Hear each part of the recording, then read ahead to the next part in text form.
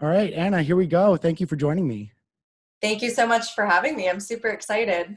Coming right off a busy Friday in the life of a real estate agent, which you wouldn't think, I guess, in the middle of a pandemic, it would, the home buying process and real estate market would still be busy. The market has been absolutely crazy in Ottawa, especially because a lot of people, are government employed and they have stable incomes and they haven't lost their jobs. So if you think about everyone who was living in like a 500-600 square foot apartment before, they're now getting tired of their partner, their spouse, their boyfriend, and they're like, shit, we need more space. Let's get a home office. Where are we going to have a home gym? So people are really on the move. They're upgrading, and people from neighborhoods like Toronto are coming to Ottawa because they're realizing, well, I'm in Toronto for the lifestyle, but it's expensive to be in Toronto when you can be in Ottawa for a fraction of the price, make the same income, and have a better quality of living. So Ottawa market has been booming. Wow. There were so many kind of like first questions on, what I wanted to get this conversation started on. But I think where I'm going to start with is pretty basic, but you see the commercials on TV, and there seems to be a little bit of a competing kind of mindset of selling your home yourself or versus doing a realtor. So I'll just ask pretty simply, why you choose a realtor when you go to do this process? Yeah, and there are listings that I've just listed that are from places where you list it yourself. And I think people underestimate the selling process, especially because they don't do it every day. It's not like every day you're selling a home, whereas for me, every day I am selling homes. I am in different homes, and it's being the third party between the buyer and the seller, being able to fully market your home in different countries, different languages. Now people are buying homes virtually. I'm selling homes over FaceTime, so it's being able to navigate with the market, navigate with the times, and honestly, working with a realtor ends up netting you more at the end of the day. So yes, you can save on the front end, but the stats show that working with a realtor, you end up making more in your pocket at the end of the day. Plus, when you're a busy person, who has time to do it themselves? Right. That's what Yeah. you're paying for, right? It's a service. So Right. I'm interested. So I followed you for about a year now since you did our mutual friend Deepak's podcast, and I was like, oh, this is pretty interesting. And it's funny, you post so much, you probably don't think about it, but you posted something once where you were talking about when you were doing this since you were 16, doing this grind. So I'm curious, like, why get into this industry, especially at such a young age, and how has it been going for you? yeah, so how I started in real estate, I was actually working at a restaurant. So growing up, my parents immigrated here from Vietnam. They have 4 kids, and they lived on Bronson Street. I don't know if you know where that is, downtown. It was kind of a rough neighborhood. They rented one floor apartment in a triplex, and I shared a bunk bed with my 2 other siblings at the time. So their whole North American dream was to get a house in the suburbs and make sure we're out of the downtown core. And they worked so hard. Like, my parents don't have high school degrees or university degrees or anything. They barely know English. They literally immigrated here after the Cold War with America and Vietnam. And they just came for a better life. So living in Orleans, I moved to Orleans in grade 2. So I just thought, everyone had so much abundance here, and everyone had just so much, and I was like, I want that. So from a young age, like after grade 6, I started working, and I worked like all throughout high school. I worked 2-3 jobs at a time, and one of the jobs was at Broadway's, the breakfast joint or sports bar. I know it is a breakfast joint. So I was making small talk with one of the customers there, and they had like a real estate folder. So me being 16 at the time, knowing like nothing about real estate, I was like, oh, like you're into real estate. And he's like, yeah, are you? And I was like, yeah. I had no idea. Like, my parents had bought one house.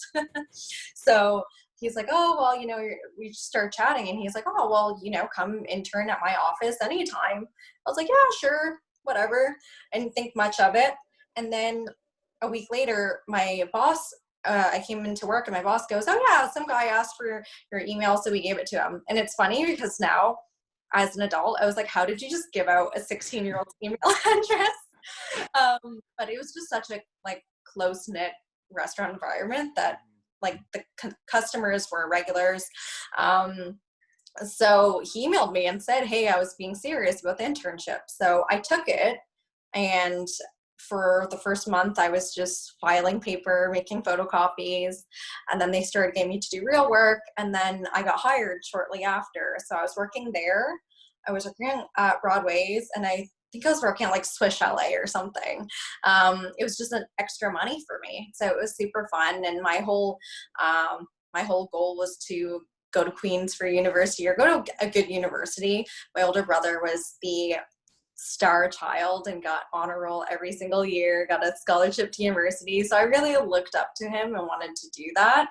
But I was always like a hard worker. I always worked. I always made extra tips. I sold flowers on, Mother's Day weekend at the corner kind of thing. So I started getting into real estate shortly after. I started working for, at the time, the #1 Remax team in Ottawa. And I remember it was a grade 11 or grade 12. I started bringing deals to them, and they'd give me like $400 cash. And I was like, oh my God, I'm going to be rich. I am going to be rich, because that's a lot of money for, a 17-year-old, 16-year-old. So I was like, this is phenomenal. And like in school, it's weird because I had courses where I did really well in, and I got 90s, like history and law, like classes I liked. Then there were classes where I just failed so terribly because I didn't care enough about it. I'm the type of person where my heart has to be in it for me to enjoy it and do well and excel in it. So the guys I was working for saw that I was doing summer school to up my grades, try to get a scholarship, try to get into a good school. And one day they're like, all these leads you're bringing, do you know how much you could be getting paid on it, right? Because I just thought of it as extra cash, not a career. So in grade 12, I started choosing what schools I wanted, applying for what schools I wanted to go to. I thought, you know what, screw it. I'm going to take a year off. I'm going to get my real estate license and just see where it goes. Now, that sounds fine and all, but coming from a Vietnamese strict household where they literally, my whole life, my parents told me, we came here so you can get a good education. And for me to say, hey, by the way, screw university, that was like terrifying for me to tell my parents. But I told them, and they're like, you know what? We didn't think you'd do well in school anyways. So that started my real estate career.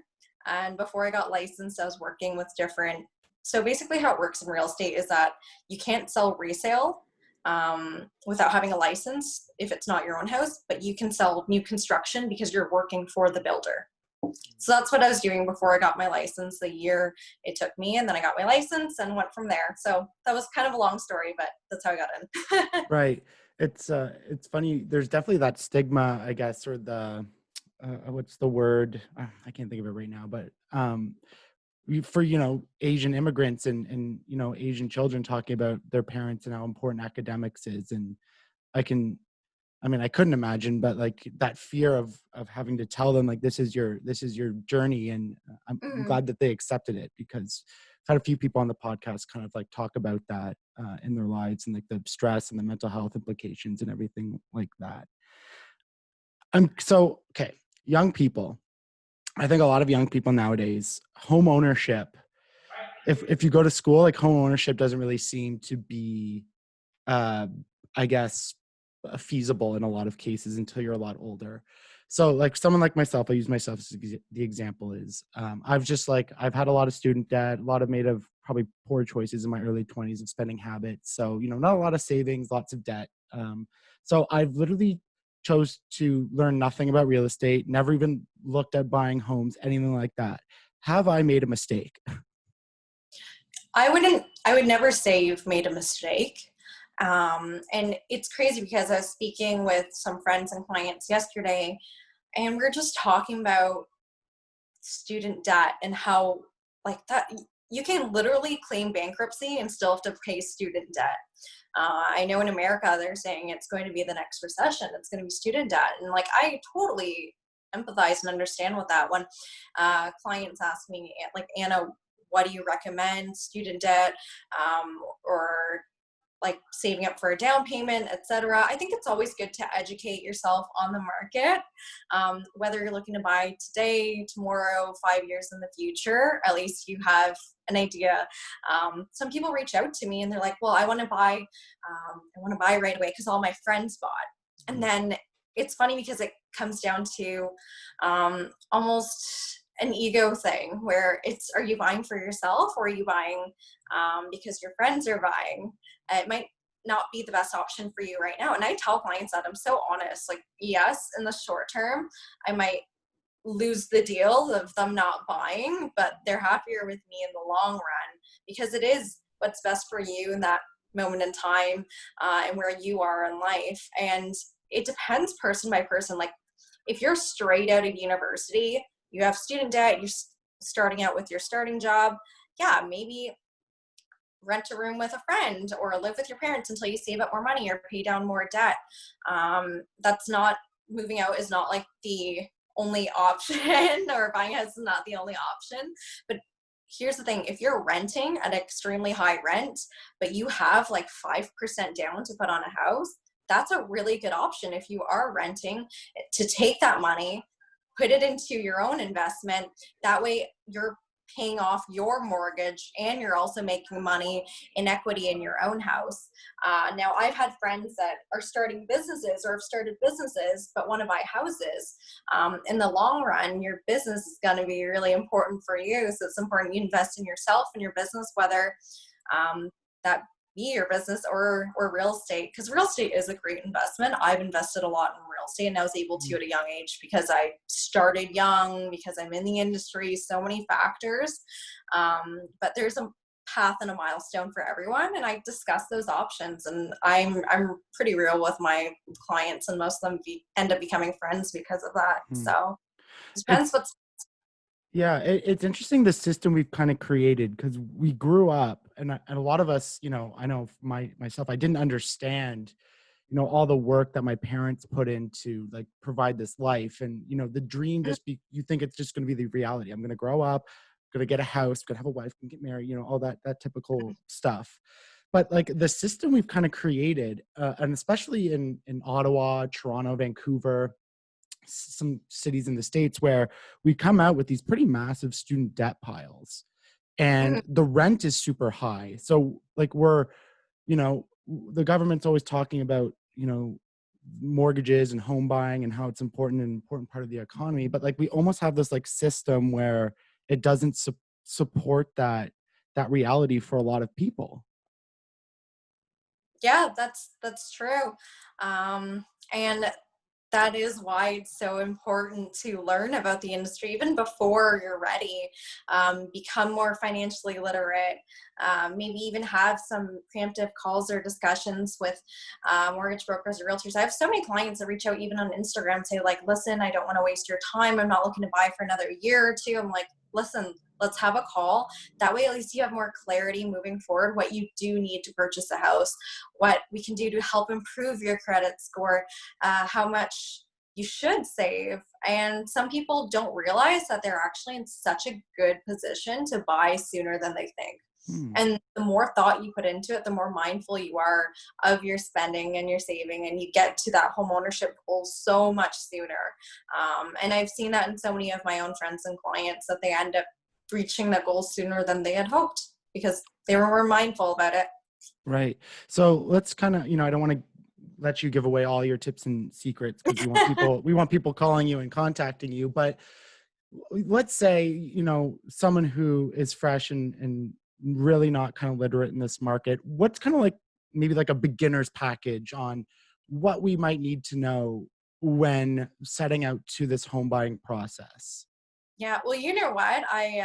Shameless plug, I have a home buyer's guide that I give out for free on my website. You can email me or DM me, I'll send you one. But I also have hard copies I can mail you. But if you sign up for my newsletter, you get the home buyer's guide right away. It's like 10 tips on what to do when you're starting to shop.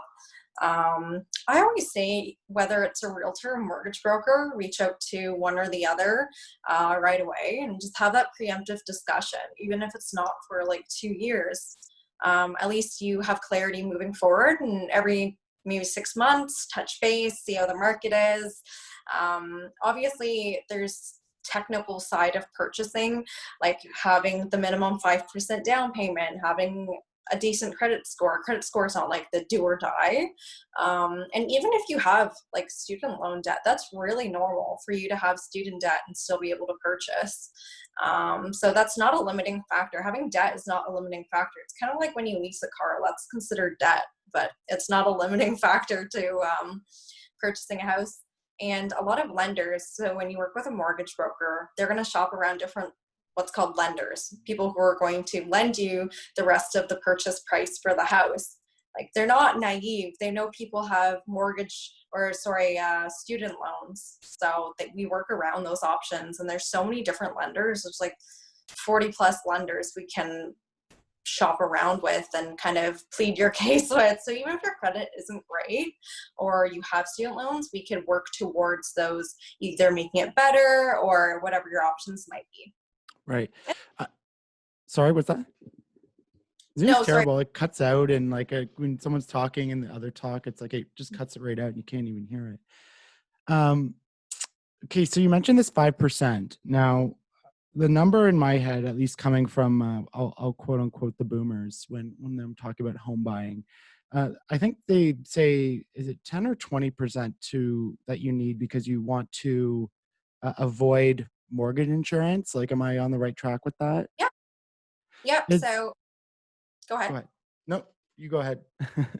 I was going to say anything 20% or over, there's no insurance premiums. So basically anything under 20% is considered a high ratio mortgage, which means it's higher risk, which means you need insurance on it. So insurance companies, Canadian mortgage like CMHC, they'll offer insurance at a rate for you.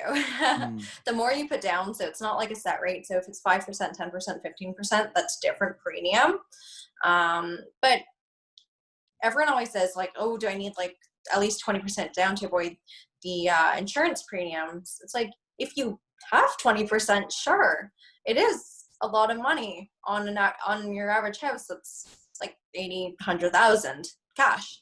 But where I would say it's better to put your 5 to 10% down is, say if you're renting at a high cost, then it's better use of money to put your 5-10% into a down payment and then build equity on that, because it is an investment at the end of the day, and insurance rates are so low right now and home prices are only going up. So if you want to wait an extra few years to save another 100,000, the market might change in that time. So it's better to get into the market now and start paying off your own mortgage than someone else's. That's how I see it. Right. Canada has like this thing, it's like the first time home buyers program or something. Mm-hmm. Can you explain that and like how that helps, especially young people, like buy houses? Like what's the deal? I think are you talking about the land transfer? I'm not sure. I see, again, I see this thing in the news where it's like, Trudeau or someone will say like the first time home buyers program. I would say get advice from your mortgage broker, Okay. but I will say sometimes certain moves by certain governments are done purely politically because they sound good, but you have to read the fine print, and I'll leave that there. Interesting. Okay. So that's good to know. Yeah, again, not everything is as great as it sounds. So, which you should know, but yeah, you hear that, and I'm just like, oh, okay, like that's nice. The government's trying to help us out and to buy homes. Yeah, I think you're referring to is when they said they would give you a portion of your down payment. Yes, that's the one. So I would asterisk call me and we can discuss. Fair enough. I'm not going to get. So we talked a little bit about Ottawa and like this wild market, and I have a couple of friends who are in the home buying kind of process, and they're just telling, like, again, not understanding everything, but they're just telling me how difficult it is to like buy a home. I know you kind of talked about it off the start, but Is something like this sustainable? Like, I'm sure it's great for you, but like when we're talking about your clients and stuff, it sounds like it's just like a wild west. I'm hearing things like Mhm. bully offers. Like, can you just kind of explain what like all the different nuances that are happening in the city right now? Yeah, it's funny because the general public would think, oh, well, that's great for you as a realtor. But if you're working with a buyer, you would know from your friends they're getting very discouraged because people are bidding 10, 20, 30, 40, 50,000 over asking. How are they supposed to compete? So I think this is a market where it is really important to be very, very properly represented by a buyer agent, and going through necessary tips and tricks and things you can do to ensure you actually get the home that you want. Because the last thing you want to do is fall in love with a home and then lose it in multiple offers. And contrary to popular belief, it's not always about the highest offer that wins the bid. It's about the Mm. best offer, that being conditions, closing date, anything you could do to win the bid. And it is a tough market because sellers are all thinking their house is worth XYZ and upping the market and the market changing and buyers being discouraged. And then there's like the entry level price point where a lot of young couples are purchasing. And as a single person, it's hard to qualify for higher than double income. So it is tough, a tough market for first time home buyers, but that's why it's important to work with someone who has you pre-approved right away, a really strong approval, knowing how much a house is going to go for, because there are houses that are literally listed 100,000 lower than what the market value even is. So if you're thinking a house is listed for 475, maybe sell for 475 to 5, but it sells for 600, that's because the area comparables are already 600. So that's something we could look at and see. Like, I have a client I'm working with right now, first time home buyer, and she's looking at a house, and I tell her, listen, this house is underpriced by 100,000. Mm. So it's likely going to sell in that price point. She's like, oh my God, why would they list it at that? And sometimes people and sellers do list their homes lower just to generate a really, really high bidding war. So it's Mm. knowing the market and where you are. Is it kind of sustainable? Like I look at cities like Toronto and Vancouver, where it just seems it's like how does anybody afford this working some sort of like regular job? Like, is Mhm. there a point where it just becomes too much and like just people can't afford to live there? Truthfully, I think our market was underpriced for a really long time. So when people are saying, oh my God, it's so hard to afford this market, well, it's because our market didn't grow for a really long time. Yes, it's been growing for the past two, really 3 years. But if you look at 5 years ago, the market was very, very stagnant. And you were buying houses for well under asking price. It was more of a balanced market then. So I think it was about time that our market started appreciating more. And it's a great time to start making good investments. And our market will balance, but it's at what price will it balance at? Even 3 years ago, our average price point was less than half of Toronto's average price point. So I would say it was a steal. It was way undervalued, Mm. especially for where we're located. So I think now the price is catching up to what prices should be in Ottawa, and then it's going to balance at some point, and that's just the market. Right. Um, so I have a friend who did this. I think this is really the smart thing. So what her and her brother did is they invested in a property and turned it into an Airbnb. And Mhm. they're younger than me. Do you find like even younger people these days are getting more involved? Like when you think of a landlord or something, you think of like some old crusty guy who's like, just, Mhm. but now like, my friend is an example. Are younger people really getting more savvy and smarter in this investing game? Oh my God, so much so, especially with podcasts like yours who are educating millennials and younger buyers. They're making really smart moves and they want to. Like, I think the new trend is like being an entrepreneur and making Mhm. investments. They're just so much more educated versus even the generations before, a little bit more conservative, like, oh, what if the market crashes? I've noticed millennials have been a lot more willing to take risks. Do you think, I mean, you mentioned that older generations were a little bit more conservative. Like, does that potentially like, set us up? I've always heard that Ottawa's recession proof because of the federal government. So Ottawa might be different, but like, do we maybe take too much risk in some cases? I wouldn't say so. I mean, we did go through kind of a recession already. The first wave of the pandemic, and I know marketplaces like Toronto, New York, they suffered a lot because a lot of their investors are foreign investors, are people buying condos for their kids to go to school. Or even if they have money, they were not able to get a loan because they're self-employed. Toronto, there's a lot of business owners, a lot of self-employed people. If their business physically wasn't able to open during that time, they couldn't get a loan.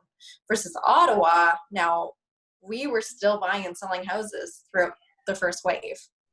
So it sort of is recession proof. Right. How fierce is it to, so there's a show, you get those shows like the selling $1 million homes or selling down whatever the one is in New Jersey there. And it's very glamorous, but like, I'm curious, like, how is it like a very like cutthroat kind of job where like, you're always trying to make deals and like undercut people, like not you necessarily, but is it like a real hustle and grind type of industry? It's a hustle and grind based on the fact that there are so many realtors. There's probably 5,500 in Ottawa. Quarter don't sell anything, another quarter aren't active. It is the cream rises to the top kind of industry. So people are more competitive in a sense that there is no ceiling. So the more you work, the more you make. And then once you start making sales, they say sales gives you like that high, right? So you do want to be the best. But Ottawa has a really great community for realtors. Like I've never felt competitive in my marketplace. We all support each other. I always think it's community over competition. And you really need to, as a realtor, work with other realtors to get the deal done. It's not like I have every single listing in the city. I have to work with other realtors, and other realtors might have buyers for my listing, but I don't. So we really do work together. Like the cattiness you see, I don't know if it's because those are bigger cities or if it's because it's a TV show, but I really don't see that here. Of course, there's like workplace dramas here and there, but I don't see that environment in my workplace at all. I'm Quite collaborative. curious, as a young person, do you find it, I mean, is it that much more difficult? We talked a little bit about how millennials are, I love it. I love seeing young people starting businesses and getting involved in all these different things. And I love chatting with them on the podcast and like picking their brain on it. But like as a young person in your industry, right? Like you could be working with clients anywhere from, I don't know, 18 to 75, 80, whatever. Like, do you feel like there's an added pressure, like I have to prove myself a little bit more, or that maybe you get disrespected a little bit just from your age? Yeah, I mean, you always have to prove yourself, but I've always seen my age as a benefit because I can work harder for you. I am more tech savvy. I don't have other commitments. So my life is very well dedicated to mostly work as well. And I think people that work with me, they work with me because they see the drive, they see the ambition, the knowledge, and that's why they work with me. They always say your clients end up being a reflection of who you are as a person. I think all my clients are very much people who I enjoy working with. So I'm very happy and blessed in that regard. But I remember getting into it at like 19. The guy I worked for said, listen, Anna, there's going to be two types of people you work with. People who think, oh, well, she's young. What does she have to offer? Or she's young, I'm going to take a chance and really work with her. So my age rarely comes up. Like it very, very rarely comes up. It's rarely an issue for me. But I also, like at this point, I've been licensed for 5 years. I've been in the industry like 8. So Right. it's a little different. Yeah, when you're like telling that story, like kind of off the top and you're telling it, I'm picturing like, a young 21, 22, you're like, and so I was in high school and like before I grad, I'm like, oh, whoa, okay. You were like, I was pumping gas at that age. I had no clue what was going on and you're already out there hustling. Well, I wasn't like working the industry in high school, photocopying paper, but it's still around the office and the people here and all that good stuff. So I've never really referenced this on the podcast before, but my first like adult job was actually in radio sales. Oh, That's my industry. I work in radio, but my first gig was in sales. So, I love sales because I'm very much a relationship person. But the reason I asked this age question is like I found I got bullied. Like clients would bully me, and I just didn't have the skin or like the confidence to like stand my ground or like drive back, right? Like how hard was that for you to develop and learn? Was that tricky for you, or was that something you just kind of always had? oh my God, I love it when people like question me and test me. And I get it all the time, truthfully. Like, especially the worst is when it's a first time buyer and their parents come with them to the viewings. And because I'm so young, the parents are trying to ask me questions to try and trick me. And it's funny because their kids know. So I have this one young guy buying his first condo, and his stepdad's trying to be like the dad and be like, well, what's the construction of this house? And you can see the guy just like rolling his eyes and going, he's trying to trick you, Anna. Like they're joking about it at this point. And I was like, it's steel frame construction, XYZ, this is a year built. And the guy was just like, oh shit. So as a young person, you do need to be extra prepared, because like I still get questioned all the time, but once you prove that you're knowledgeable enough and you're willing to put in the work, like what are they going to say? They have to respect you at that point, right? Mhm. um, so I learned very quickly that someone who's maybe in their 30s or older in general can be less prepared, but no matter what I do, I have to show up, I have to look the part, I have to be extra prepared, I have to know every single thing about the property, the client, the neighborhood. But I think that's what kind of built thick skin as well. When I started in real estate, again, I don't have very much family here outside of my immediate family. I don't have a big network. So I door knocked and I cold called, and I would door knock on like the coldest days of winter and get totally rejected. And that's how I built my thick skin to handle moms and dads and older people questioning me. So I think rejection is actually like a beautiful part of the industry. You have to enjoy it to be in it, because you get rejected all the time. That's a I love that. Like cold calling is like for me, I hate it. Like that's why I gave up and moved into something a little more comfortable. Like cold calling, I'm like, oh, the anxiety it gives that like you're Yeah. out there like knocking on doors. That is not something people ever think of a real estate agent doing. Yeah. It used to be big back when, but because it doesn't happen often, I thought, well, I should do it because not many people are doing it. So That is, yeah, that's really smart. Um, you know, where do you see kind of the future of homes? And it might be a weird question, but I'm just wondering about, climate and all the things we're kind of worried about. And we're going to be coming out of a pandemic where there's this real opportunity to rebuild some of the things that we've done.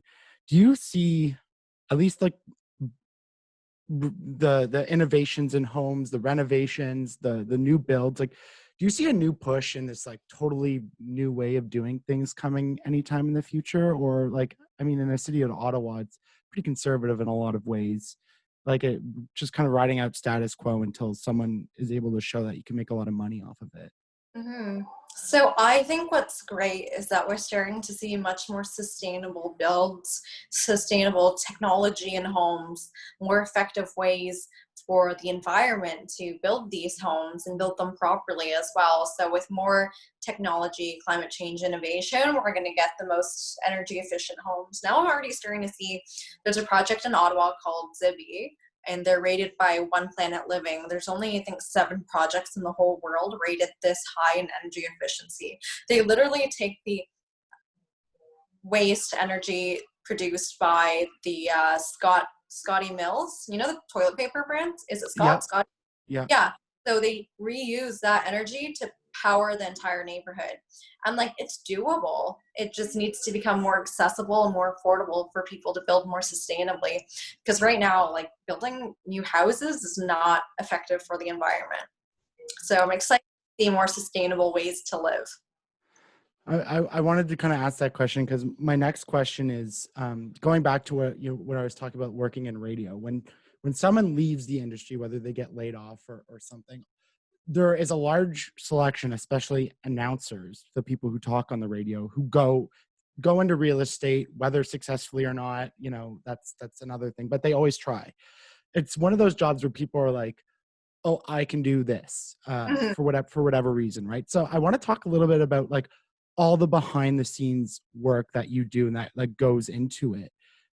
Like you've answered every question so knowledgeably, and like even Yeah. that one kind of throwaway as it like kind of just came into my head about you even knew had an answer for that. I was like, okay, like are you studying all the time? Like are you just like constantly researching new things? Like what's kind Mhm. of like a day in the life outside of like the actual buying process? So I think earlier I had mentioned that before I actually got resale real estate. Sorry, I was hello. Did Yep. it just? I Yeah, just we're got a good. phone. That's why. Okay. Before I got into resale, I had worked with developers on new home construction. So I would see homes being constructed from the ground up with the finishes, the floor plans being in the sales center. So I feel like I gained a big knowledge base from there. And even now, when clients renovate or flip homes or build homes, like I check in every step of the way, see how they're doing, see new products. Like I'm such a nerd in a sense that I loved going to do you remember the home shows? Like the fall show, the renovation show? I would go there just to learn and see the new products on market, because a lot of those shows have local installation guy, local flooring guy, and they would have the new product that just came out. So I would go and I would ask questions. I'd try my best not to buy anything. I'd ask questions and learn about different types of insulation. So when people ask me questions about how a house is built or insulated, I could confidently answer those questions, tell you the difference between marble, quartz, and granite, and really learn more about everything that's changing in the industry. I also have a lot of connections with colleagues in Toronto, because Toronto was dealing with bidding wars a decade before we were. So they were giving me tips and tricks when we started dealing with bidding wars about 3 years ago. I was referencing and asking them, like, what are you guys doing there to help my clients? And we have conferences, we have webinars, we have coaches. So I always believe in improving and learning and giving the best service. That way my clients are also confident in me. And also I'm in the game. Like I invest, I've renovated my homes. So it's not that I enjoy renovating, it's that I wanted to be able to practice what I preach. So I wouldn't feel right telling a client like, oh yeah, go flip this home, you're going to make XYZ, when, I wasn't doing it. So I thought I'm going to get my hands dirty and do it myself. And I learned firsthand construction that way as well. And next year I'm building a house, so I'm going to be doing it all over again. Wow. So I think staying up to date, whether it's real estate, whether it's mortgages, any industry, there's so many great people to connect with, and so many relationships you can make, and so much you can learn with everything, all the technology coming about. And I think that's like one of the best parts of it. It's like, oh my God, this is new. Let's try it.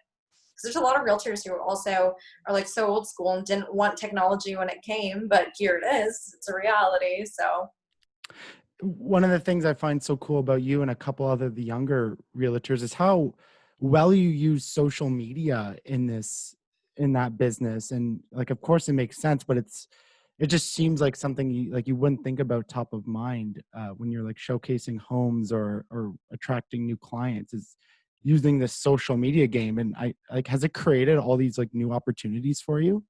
oh my God, I joke that I have more friends in social media than in real life. It's a bad joke because it's probably true. But my last 5 deals were truthfully probably from Instagram. I literally have a folder. You can do a general inbox and a primary inbox. So I filtered one out just for real estate inquiries, because that is the new way of meeting people, finding relationships, making friends, getting clients. And what better way for a client to get to know you than see what you're all about? I've had so many people ask me, like, you post personal stuff on Instagram, like, how are your clients going to perceive that? And I go, like, then they'll know that I'm an average 24-year-old girl who happens to sell real estate, right? It's like they trust me because it's not just posts about sold or like another house. Like, yes, I'll post on my story, but my whole feed isn't going to be spam about houses that people don't care about.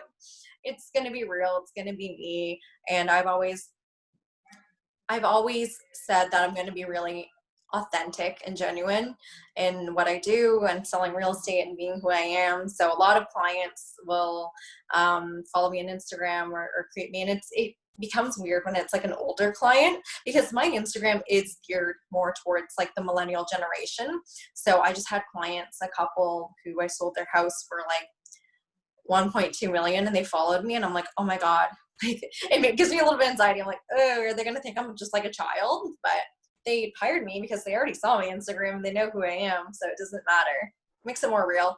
Yeah, it's funny, like the different mindset when it comes to generations. Like for me, Mm-hmm. on my mental health, or on my Instagram and my social media, I talk a lot about mental health. Like that's what I do. I speak about it. I advocate all those different things.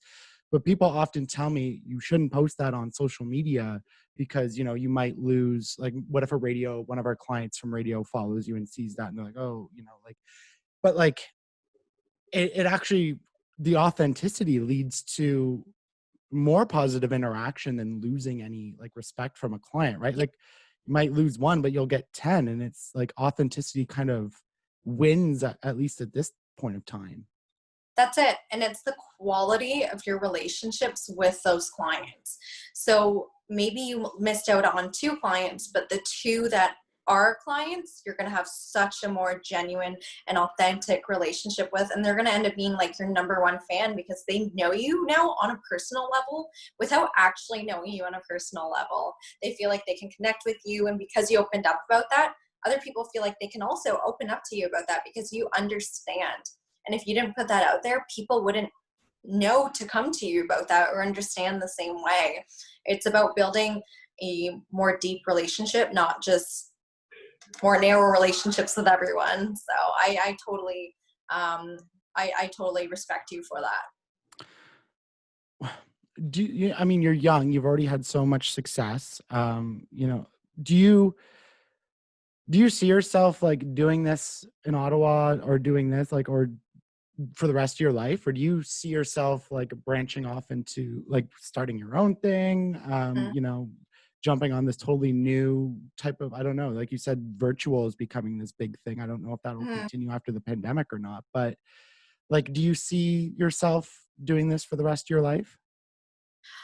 I think it would be scary for anyone to say, I'm committed to this for the rest of my life, like a career, because, you know, my desires, my hobbies, my interests are going to change so much. And I just know that real estate's a really big part of my life. I've developed a lot of the characteristics, interests. Like it is something that I'm genuinely interested in. I know it'll always be a part of my life, but what part, I don't know. Like I might have kids and want to be a stay-at-home mom, right? So I wouldn't say that this is like the end all for me. Like this is it. Real estate's the thing. I'm never gonna experience anything else. But I know it's going to continue being a big part of my life. I would like to flip more homes, develop more homes. Maybe I'll have a construction company. I don't know. Mm. But I know because of this, I'm going to have more opportunities and open doors. So for the foreseeable future, this is going to be my life. But I can't just say like, yeah, I'm going to be a realtor for the rest of my life. Mhm. No, I hear that. I'm just, is flipping homes still a big thing? Like, do people still do that? I know there was like that craze after all the shows on like TLC and HGTV came out. Like, do people still do a lot of flipping homes? um, yeah, yeah, there's still a lot of money to be made in the market. So, but I mean, it's funny because I say any guy in Ottawa who drives his truck wants to flip a home. I'm not wrong. A lot of good properties that you can make money on, and flip, like you could literally buy your first home, move into it, and start renovating little areas and increasing the value that way. Like there's so many ways you can renovate, increase the value, which is flipping a home. And then like I fully gutted and renovated my house. But it's a full-time job. Like I didn't do it myself. I hired a company to do it. Most of it anyways. So it's great if you want to dip your toes into it. It's also really, really high risk and you need a lot of time and money and effort to put into it. It's not for everyone. So, Mhm. and I try to manage client expectations when they tell me they want to do that. especially because they see me doing it and they're like, oh, well, you're young, you're a girl. Like, how did you do it, right? And then I break it down and I'm like, it's probably a lot of effort. Mhm.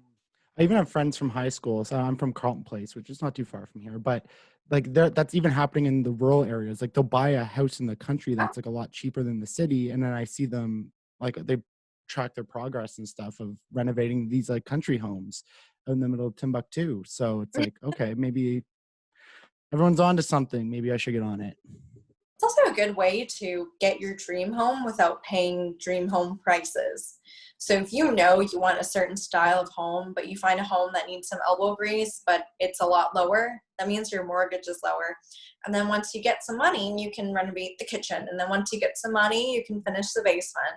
It's a great way for first-time home buyers to build equity in their house, do some fun DIYs, learn how to be a homeowner. So I'm definitely all about that. Did I miss anything that a first-time home buyer, a young person getting involved in this market, like that they should know that like is a really important piece of advice before they really get started? So one of my close girlfriends, super young, she just bought her first house at 22. I'm super proud of her, but her biggest hurdle to overcome, and I think this is also the insecurities of the social media generation. Her biggest hurdle was that she was taking the opinions and advices of her friends or her colleagues and her mom and dad, which I know they have the best intention for her, but it was just messing with what her head and what she wanted at the end of the day, because it was a purchase for herself. It was a milestone for her first home. And then her friends would make comments like, oh, well, I'd want a bigger backyard, or oh, I would have moved to Stittsville. And then you start being like, oh, well, and you know what? As a young person, you will have friends that are jealous and you will have opinions, even though they mean well. They've never bought a house, they've never looked at a house. Why does their opinion matter? And it goes back to what we talked about, the kind of idea behind university and the stigma. There's stigmas behind buying a house as well. And she really let her friends' opinions swayed her. And it's like any house she picked, they would have made a comment, you know? And I see it more so in girls, especially girls when they purchase young rather than guys. So for the young females, I would say put your list together of things you absolutely want. So whether that be like, I absolutely need 2 bathrooms, put down your maybe list. So like, would be nice to have a fence yard, not a deal breaker, can put up a fence. And like, absolutely not. Like, absolutely, like, cannot live without a garage or something of that sort. Absolutely do not want an in-ground pool. Put together right away your list of wants, maybes, and absolutely not. And then that way you have some clear vision of what you're looking for. Like, I feel so bad because it was supposed to be such a good milestone, but she just let the opinions of everyone else jade what she really wanted. And we see that all the time, whether it be buying a house or starting a job or a career or starting a business. I think it's so important to have narrow vision in what you want. Yes, take the constructive feedback of your friends and family, but know when it's constructive and when it's destructive. That's great advice. Absolutely. Um, you mentioned your first time home guy, or wow, that is a tongue twister. Your home beginners home buying book there. Where can people find that? Where can they get more information to maybe talk to you about buying a home? Yeah, so you can follow me on Instagram at Tran Ottawa. Email me hello@annatran.com. On my website, annatran.com. There's a subscription. You can subscribe to my newsletter and it'll send it to you right away. I'm super available if people want to call me, text me, message me on Instagram, email me. I'm super happy to discuss the home buying process. So I have buyer calls all the time. Whether they're buying now or later, it's important to get that information. Perfect. Well, I'm really happy we got this done and Me got it set too. up. I really appreciate it, and who knows? Maybe I'll be in touch in the near future, hopefully. That would be awesome. We'll have so much fun shopping for houses. Yeah. Okay. Perfect. Have a great weekend. Thank you so much. Thanks for having me.